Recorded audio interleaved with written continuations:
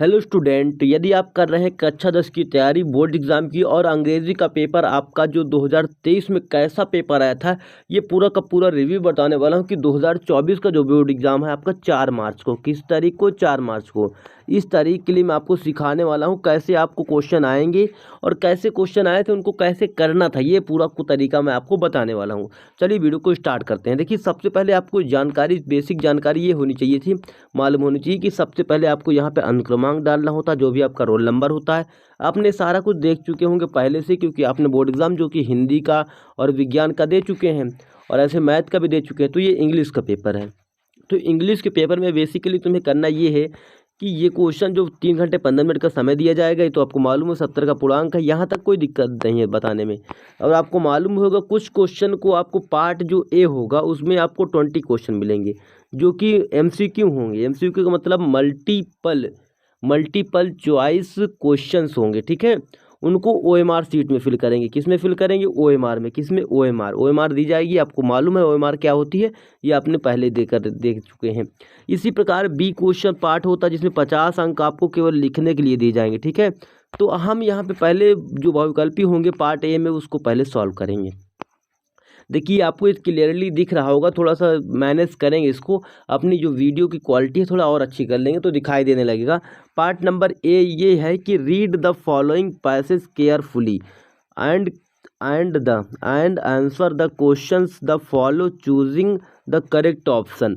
ऐसे आपको एक पैसेज दे देगा। यहाँ पे बता भी रहा है कि हम इसके साथ, यदि आपको ये आ रहा है तो आप इसके साथ 3 क्वेश्चन कर सकते हैं। पहला क्वेश्चन, दूसरा और तीसरा क्वेश्चन भी आपका इसी के साथ होगा।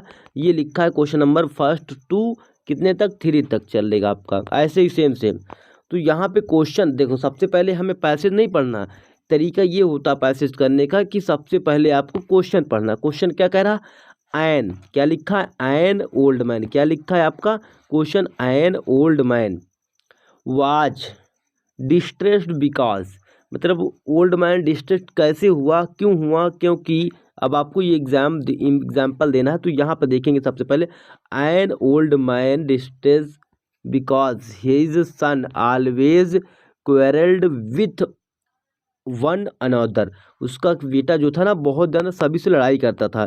तो ये यहाँ पे आप क्वेश्चन देखेंगे, his son quarrelled something with him, तो ये रॉन्ग है। ये अनदर के साथ, ऑप्शन नंबर आपका देखिए, his son always quarrelled with other one. तो आपको इस क्वेश्चन का जवाब बिल्कुल इजी तरीके से मिल गया। ये आपका 2023 का बोर्ड एग्जाम का क्वेश्चन ही है, कोई अलग से क्वेश्चन नहीं लाया हूँ मैं। सारा पेपर जो सॉल्व करवा रहा हूँ ये आपका 2023 का बोर्ड एग्जाम का, ठीक है। तो देखो, ये क्वेश्चन, पहला क्वेश्चन आपने सॉल्व किया। ऐसे दूसरा क्वेश्चन देखो, एन ओल्ड मैन, ये लिखा N old man was distressed, it's mean he was, मतलब अगर वो डिस्ट्रेस्ड है तो इसका मतलब वो क्या है?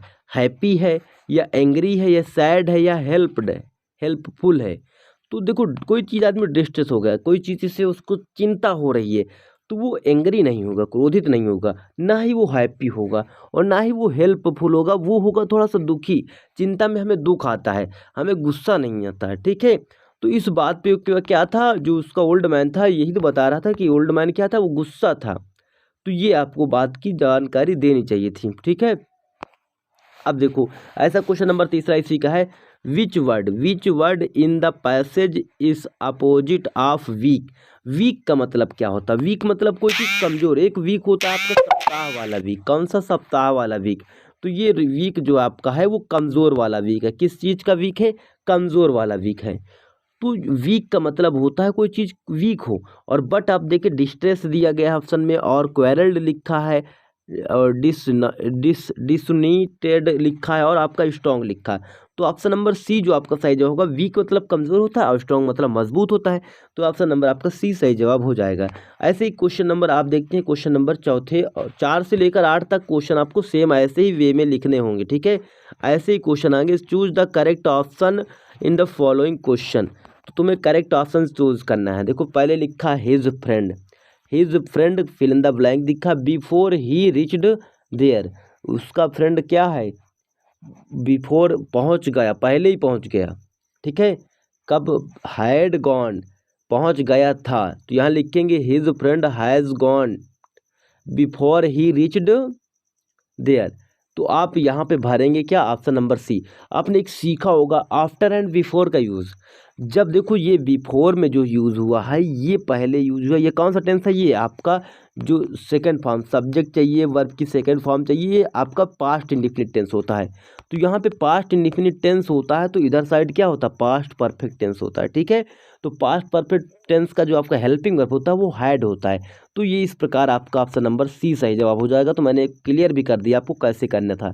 ऐसे ही देखो question number, if you don't want anything more you are, मतलब if you do not want anything more, मतलब यदि तुम कुछ नहीं चाहते तो यू आर क्या है, सेटिस्फैक्ट्री है या सेटिस्फाइंग है या डिससेटिस्फाइंग है या सेटिस्फिड है, मतलब सेटिस्फिड है। तो क्या है आपका सही जवाब हो जाएगा।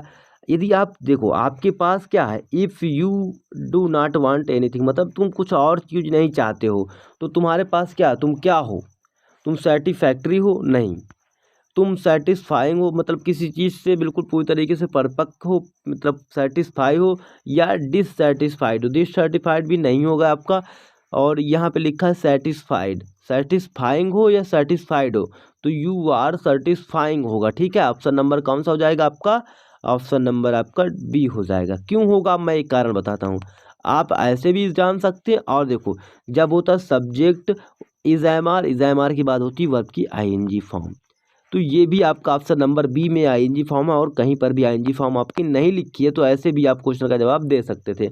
ऐसी क्वेश्चन नंबर आप देखेंगे छठवां, क्वेश्चन नंबर छठवां जो होता है वो रीऑर्डरिंग का होता है।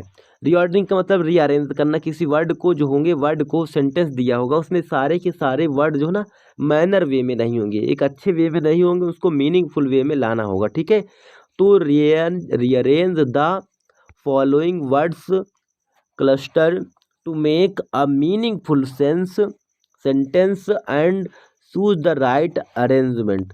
तो देखो सबसे पहले तुम्हें ये देखना होता है, जब भी तुम्हें ऐसा क्वेश्चन कभी भी मिले, कहीं पर भी मिले, तो सबसे पहले मेरी बात ये सुन लेना कि तुम्हें सबसे पहले सब्जेक्ट ढूंढना है। क्या ढूंढना है, सब्जेक्ट मतलब कर्ता, जो काम को करने वाला व्यक्ति होता, पर्सन होता है, उसको ढूंढना है।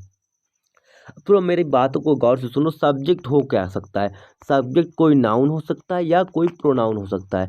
यदि आपने नाउन प्रोनाउन कभी भी थोड़ी सी बातें पढ़ी, तो नाउन में क्या होता है, कोई चीज़ नेम होते हैं। ठीक है, प्रोनाउन में क्या हो, जैसे ही, सी, इट, दे, ये सारे के होते हैं, वो स्टार्टिंग इसी से होना चाहिए। तो यहाँ पे स्टार्टिंग कहाँ से हो रहा है, देखो हैज़ से स्टार्टिंग नहीं होगा। हैज़ से स्टार्टिंग कब होगा, जब यहाँ पे क्वेश्चन मार्क होता तब। ठीक है, जब इंट्रोगेटिव सेंटेंस हो जाता, तो ये भी आपका हैज़ से यूज नहीं है। ऐसे देख लो तुम, आपका ये बरोड का जो थर्ड फॉर्म से कहाँ से यूज़ होगा, तो ये आपके ऑप्शन नंबर बी और सी कट गए। अब देखो ए और बी में तुम्हें चेक करना थे को, सबसे पहले सब्जेक्ट लिखा है, सब्जेक्ट के बाद हेल्पिंग वर्ब, हेल्पिंग वर्ब के जस्ट बाद तुम्हें लिखना चाहिए subject, helping verb, helping verb के बाद तुम्हें लिखनी चाहिए मेन वर्ब। क्या लिखना चाहिए था, मेन वर्ब, जबकि यहाँ पे फ्रॉम लिखा है, तो ये भी आपका रॉन्ग है। तो ऑप्शन नंबर आपका डी सही जवाब होगा, C had brought a lot of money from them. ठीक है, brought of a lot of money for them from them, sorry from then. तो ये हो गया आपका क्वेश्चन नंबर छठवां। और चलो क्वेश्चन नंबर सातवां देख लेते हैं। क्वेश्चन नंबर सातवां ये कह रहा है which of the following words misspelt, मतलब यहाँ पे जो मिसफेल्ट कौन सा वर्ड है ये देखना है। देखो सबसे पहले लिखा इम्पॉर्टेंट, तो इम्पॉर्टेंट की मीनिंग देखो, और इम्पॉसिबल की मीनिंग देखो, और इम्पोर्टेंस की मीनिंग देखो, और इम्पैक्ट की मीनिंग देखो। थोड़ा सा आपको डिफरेंस ये दिख रहा है, जो गलत स्पेलिंग लिखी वो ढूंढना था। देखो इंपॉर्टेंट की आपने कभी भी मीनिंग पढ़ी हुई, तो लास्ट में जो था टेंट में तो TANT होता है, TE नहीं होता। ठीक है, तो यहाँ पे ई थोड़ा सा रॉन्ग था, तो यही मिसफिट हो जाएगी।